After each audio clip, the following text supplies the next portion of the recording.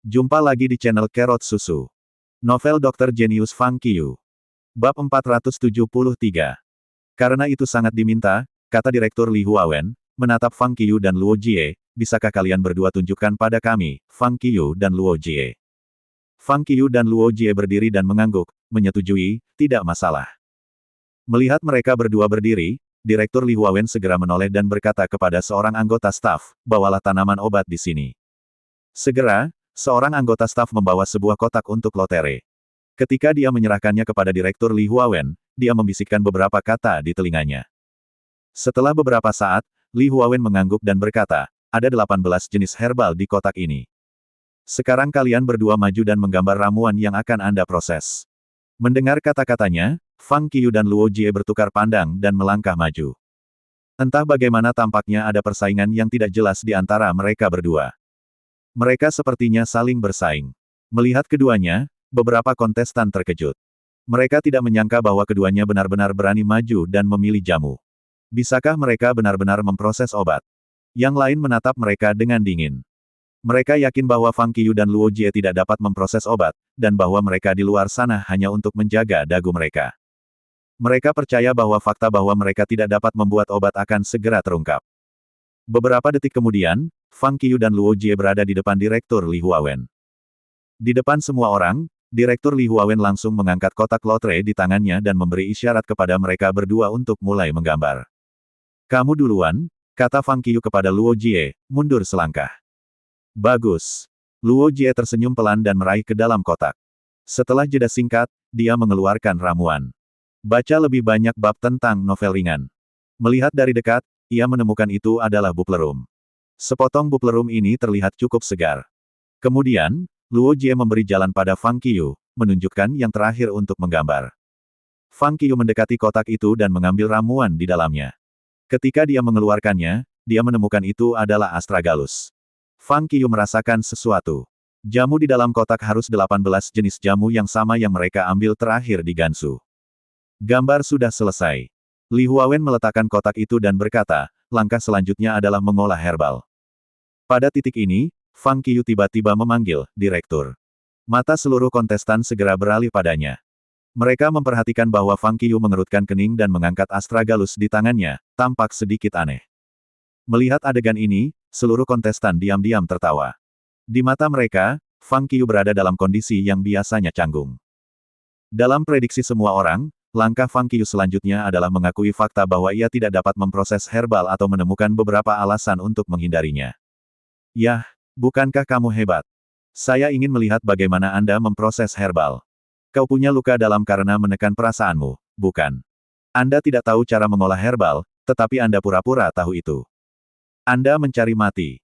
Semua kontestan lainnya mencibir di hati mereka.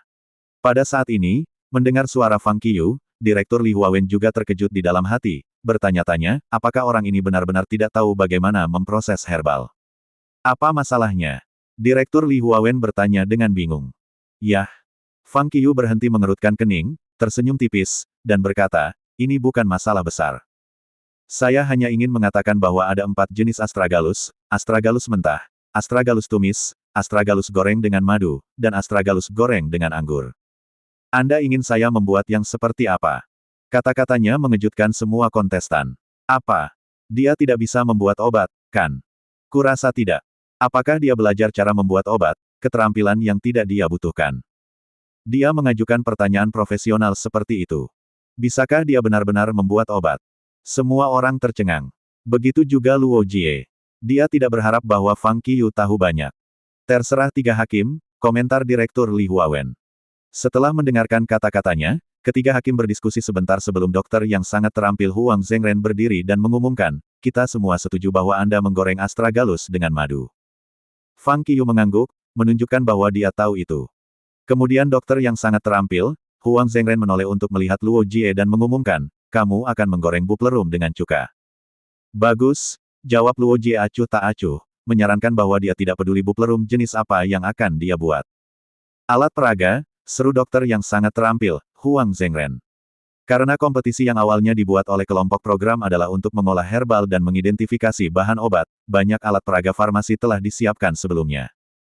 Di bawah teriakan dokter yang sangat terampil, seorang anggota staf segera mendorong kabinet penyangga setinggi 1 meter. Kabinet itu penuh dengan semua alat yang dibutuhkan untuk membuat obat. Fang Qiyu tidak ragu untuk mengambil alat peraga, madu halus, air mendidih, pisau, dan wajan penggorengan obat. Pada saat yang sama, Luo Jie juga dengan cepat memilih alat peraga yang ia butuhkan. Setelah dua kontestan telah memilih alat peraga mereka, Direktur Li Huawen hanya memberi mereka kursi dan meminta anggota staf untuk meletakkan meja besar seperti mimbar di depan mereka. Dalam sekejap mata, ruang konferensi besar itu seperti ruang kelas, dengan Fang Qiyu dan Luo Jie berdiri di podium. Setelah anggota staf menghubungkan alat peraga yang membutuhkan listrik, dokter yang sangat terampil, Huang Zhengren bertanya, apakah Anda siap? Ya, jawab Fang Qiyu. Saya bisa memulai kapan saja. Luo Jie mengangguk.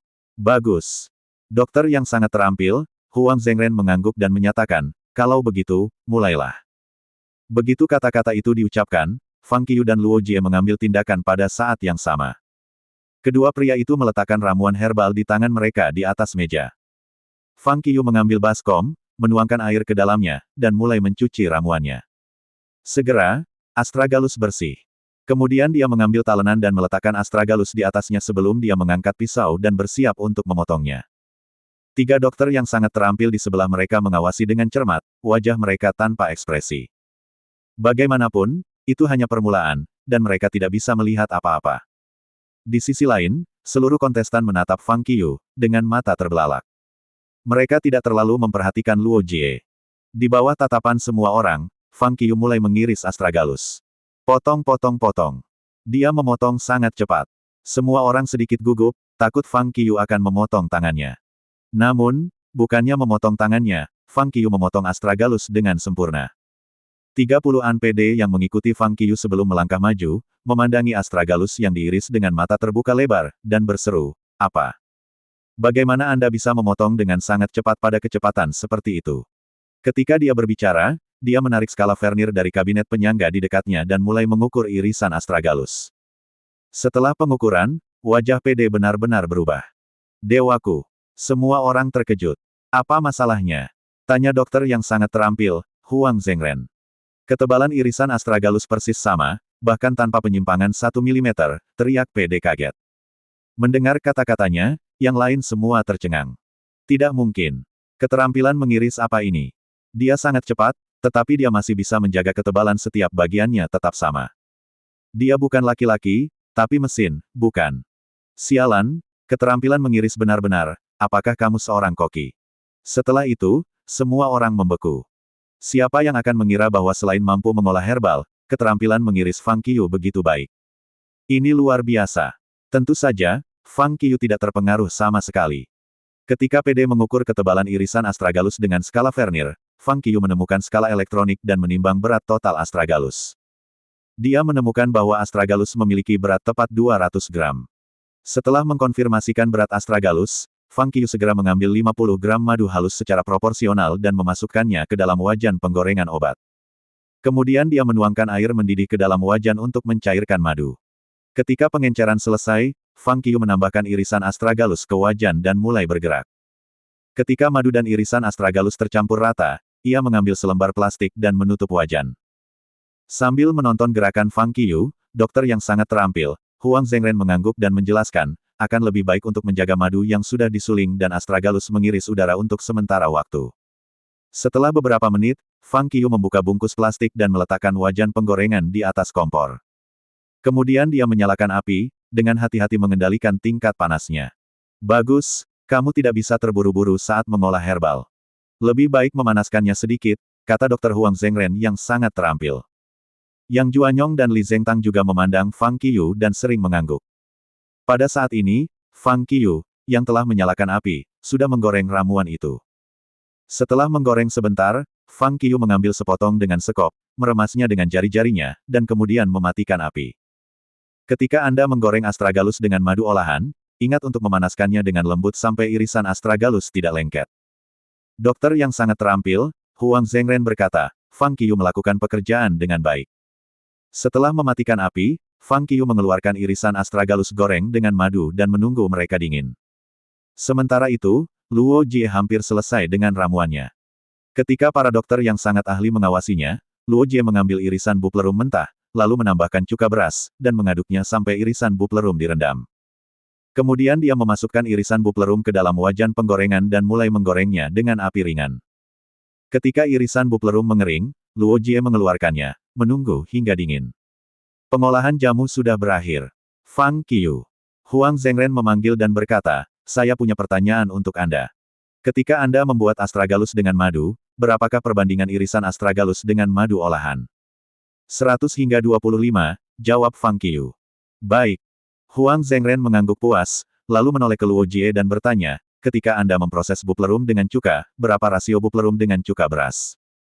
100 hingga 20, jawab Luo Jie. Baik sekali. Huang Zhengren mengangguk puas dan berkata, kalian berdua tidak bersalah. Sudah selesai dilakukan dengan baik. Fang Qiu dan Luo Jie mengangguk pada saat bersamaan. Baiklah.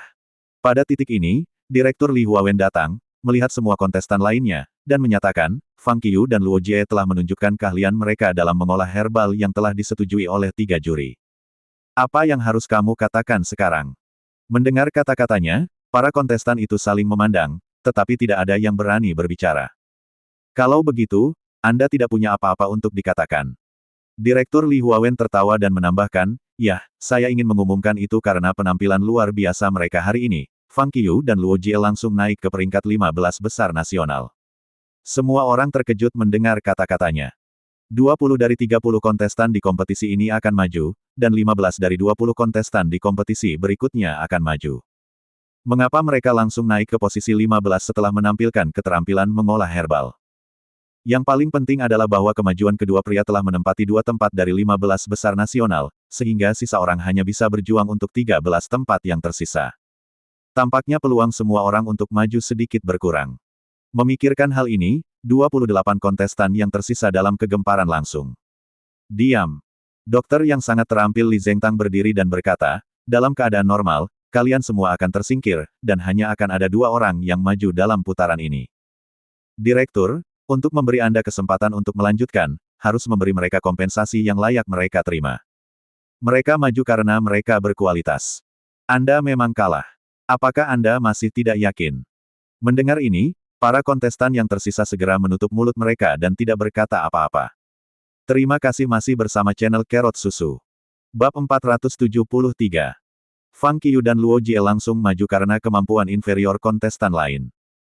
Tidak dapat dihindari bahwa Fang Qiu dan Luo Jie akan maju, dan begitu juga kesempatan mereka untuk tetap berada di pertunjukan.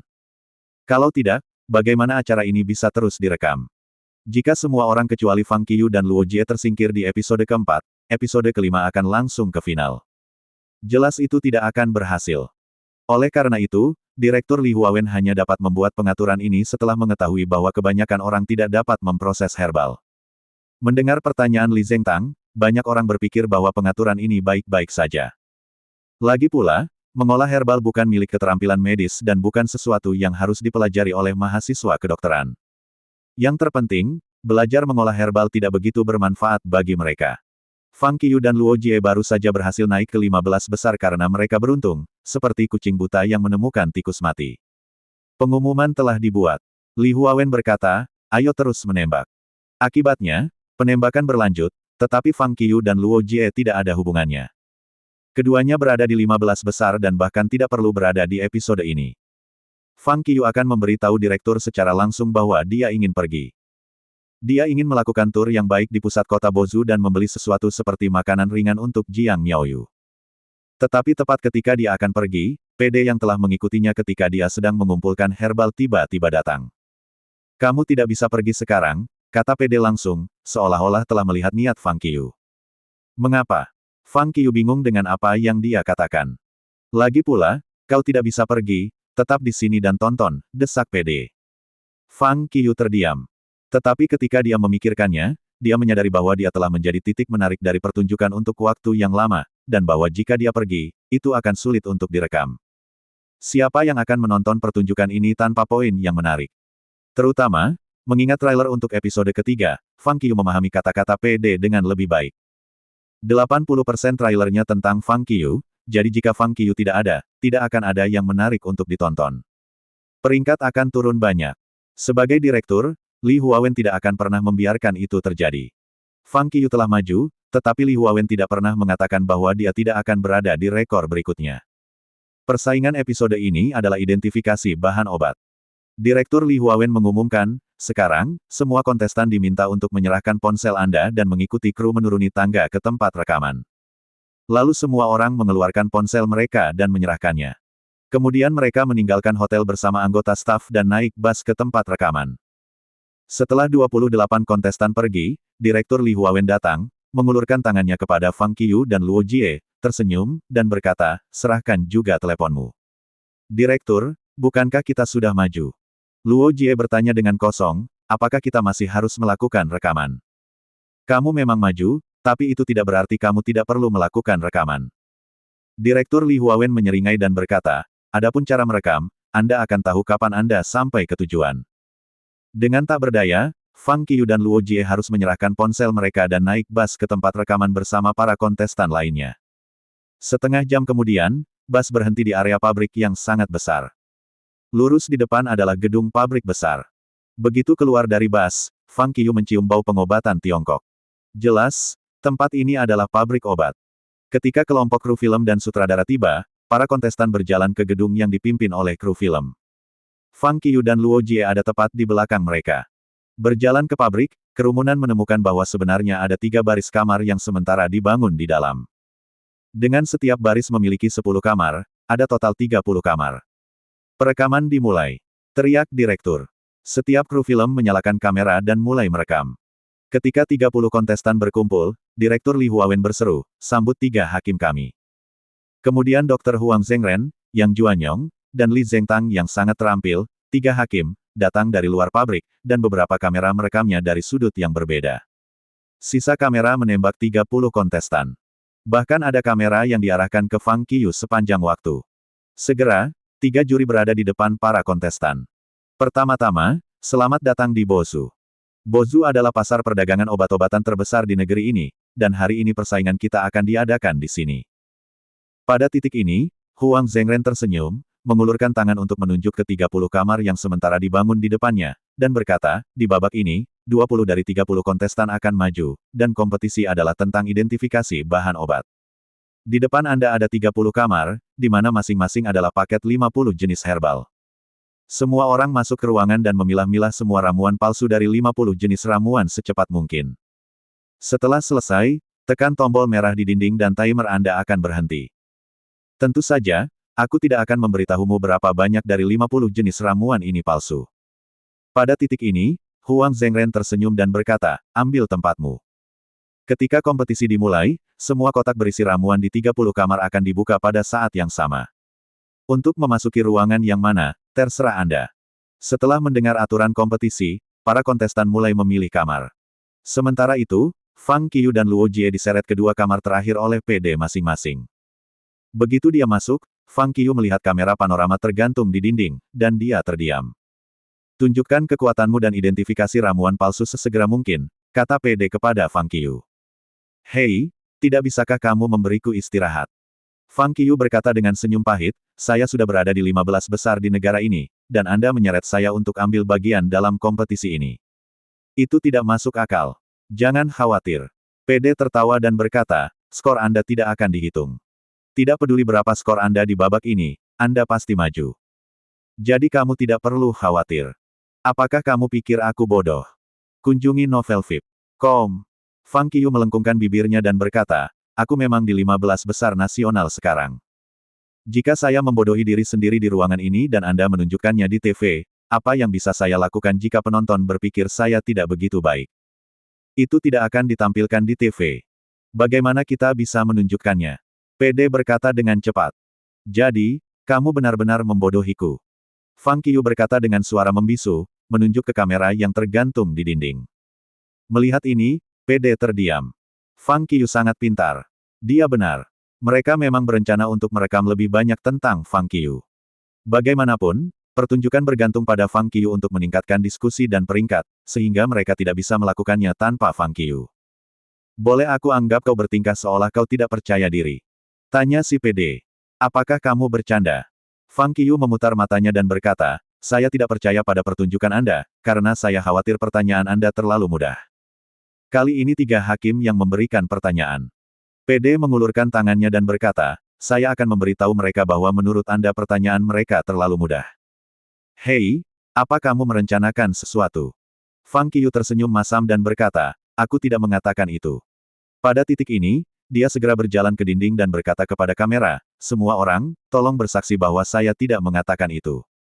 Yah, apakah kamu ingin menguji batasmu dengan memilah ramuan palsu secepat mungkin? Tanya si PD. Oke, aku akan mencoba, jawab Fang Qiu, melihat ke belakang. Mendengar kata-kata itu, PD tersenyum. Segera, waktunya habis. Di dalam ruangan, dengan peluit awal kompetisi, kotak berisi ramuan di atas meja dibuka secara bersamaan. Saat kotak dibuka, 30 kontestan dengan cepat mengambil paket dan meletakkannya di atas meja. Kemudian mereka membuka bungkusan itu, menyebarkan semua rempah di atas meja, dan mulai mengidentifikasi mereka. Fang Qiu melakukan hal yang sama. Begitu Fang Qiu membuka paket itu, dia melihat sebuah kacang. Saat melihat buah zaitun, deskripsi buah zaitun yang benar dan salah melintas di benaknya. Galnut dibagi menjadi tipe bulat dan tipe bertanduk. Kacang bundar panjang dan bulat atau berbentuk spindel. Itu panjang dan besar, dengan beberapa rambut di permukaan. Renyah dan rapuh. Potongan melintangnya berkilau. Ada tubuh kutu daun hitam dan coklat dan kotoran bubuk. Baunya spesial dan rasanya seperti zat. Galnut bertanduk kebanyakan romboid atau bercabang, kecil, fili padat, dengan dinding fragmen tipis. Fang Qiu mengambil kacang dan mengamati itu. Dia menemukan bahwa meskipun terlihat seperti kacang asli, ia memiliki permukaan yang halus, tanpa fili, dan memiliki 2 lapisan dinding yang rusak, dan ada lapisan kotoran putih di atasnya. Itu adalah spesies yang berbeda. Itu palsu. Fang Qiu segera meletakkan kacang di luar paket. Kemudian dia memalingkan matanya, dan segera menatap ramuan di paket. Itu adalah herba opatori. Batang herba opatori asli sebagian besar rata, kurang bercabang, silindris atau pipih. Ini sekitar 1,5 hingga 4 mm. Permukaannya berwarna kekuningan coklat atau hijau kekuningan. Ada garis longitudinal dan node yang jelas. Node tidak diperluas. Daunnya banyak keriput, patah, dengan lobus sentral besar dan margin serat kasar, dan gundul di kedua sisi. Daunnya hijau tua atau kekuningan. Mudah pecah, dengan semacam penampang putih. Memiliki sumsum di tengah, kadang-kadang kosong. Baunya sedikit manis dan rasanya agak pahit. Ketika dia mengambil herba opatori, fitur herba opatori yang asli melintas di benaknya. Dengan pandangan sekilas pada ramuan itu, dia memutuskan, ini asli. Sekilas, Fang Qiu langsung tahu bahwa itu adalah herba opatori asli dan meletakkannya di sisi lain. Selanjutnya, selaput ampas ayam. Selaput rempela ayam itu panjang, lonjong, keriting, kuning, dengan kerutan bergelombang. Itu tipis dan tembus cahaya. Potongan melintangnya agar-agar dan berkilau. Baunya sedikit amis dan rasanya agak pahit. Mengambil selaput rempela ayam, Fang Qiu segera memperhatikan bahwa ramuan itu bulat dan bersisik, kuning dan putih, tampak halus dan kusam. Itu palsu. Fang Qiu dengan cepat mengambil keputusan dan meletakkan ramuan ini ke tempat yang seharusnya. Kemudian dia mengidentifikasi herbal. Sementara itu, para kontestan di ruangan lain dengan panik mencoba untuk membedakan tumbuhan.